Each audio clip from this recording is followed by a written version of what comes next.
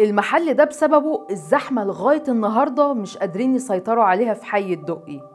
وبرضه يبقى المحل الوحيد اللي عرف يحل الخناقة بين الناس اللي بتحب شاورما اللحمة والناس اللي بتحب شاورما الفراخ، وده لأنك في الآخر هتلاقيهم متجمعين عند سمسمة. الحكاية بتبدأ عند عصام سعفان صاحب سلسلة مطاعم سمسمة. شاب طموح كان عنده حلم من وهو في الجامعة إنه يبقى رجل أعمال مشهور وناجح وعنده مشروع خاص بيه، وتحديداً في مجال الأكل. لكن إيه هو نوع الأكل؟ كان لسه مش عارف. المهم عشان ما يضيعش وقت بدأ عصام ياخد أول خطوة في حلمه، وقرر إن وقت أجازته من الجامعة هيسافر أوروبا علشان يشتغل. وفعلاً اشتغل كل حاجة، سلك مجاري وغسل صحون واشتغل عامل نظافة في مطاعم وكافيهات كتير.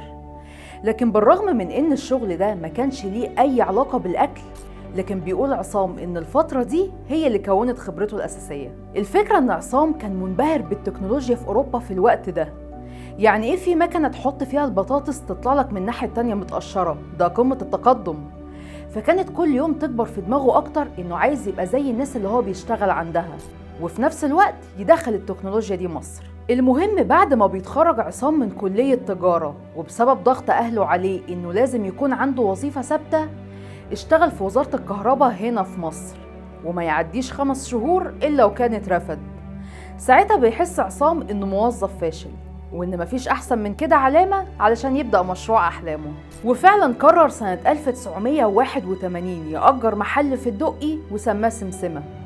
في الأول كان عبارة عن محل صغير كل شغلته إنه بيقدم 3 أنواع بس من السندوتشات، لكن أكتر حاجة كانت مميزة فيه إنه بيعمل شاورما في عيش كايزر صغير كده بخلطة مصري 100%. طب اشمعنى الشاورما؟ بيقول الحاج عصام إنه جرب أنواع شاورما كتير ولا واحدة دخلت دماغه، فحس إنه لو عدلها وضاف عليها النفس المصري هتتغير 180 درجة. وفعلا بيتأكد من وجهة نظره دي لما شاف الإقبال على المحل. وبالمناسبة الحاج عصام كان أول واحد في مصر يدخل فكرة الصينية اللي بتتعلق على شباك العربية. طب هو أصلاً اسم سمسمة جه منين؟ أقولك، المكان اللي فيه المطعم دلوقتي قبل كده كان فيه مطعم فول وطعمية مشهور جداً اسمه سمسمة، ففكر الحاج إنه يستغل شهرة الاسم وفي نفس الوقت يبقى اسم مصري لايق على فكرة المحل. المهم إن الحاج عصام أكتر حاجة كان حريص عليها من وقت ما اشترى المحل هي إنه يقدم أعلى جودة ممكنة بسعر بسيط، خصوصاً إنه فتح وسط جامعات ومدارس كتير، فعشان يقدر يكسبهم كلهم ويخليهم زباين دايمة كان لازم يتهون شوية في الأسعار. طب ليه اسم زي سمسمة ملوش فروع كتير؟ الفكرة إن الحاج بيحب كل حاجة تبقى تحت عينه. هو شايف كده إنه هيقدر يحافظ على الجودة وفي نفس الوقت هيقدر يطور منها، عشان كده ما فتحش غير في زايد وحدائق الأهرام. بيقول الحاج عصام إن سر نجاح شغله هو النظافة مع شوية تجويد وجودة حلوة، لكن الأهم من كل ده إنك تسعى وتصبر. طول ما أنت عامل اللي عليك ومهتم بشغلك ربنا هيكرمك، حتى لو الحاجة دي ما عندكش فيها الخبرة الكافية.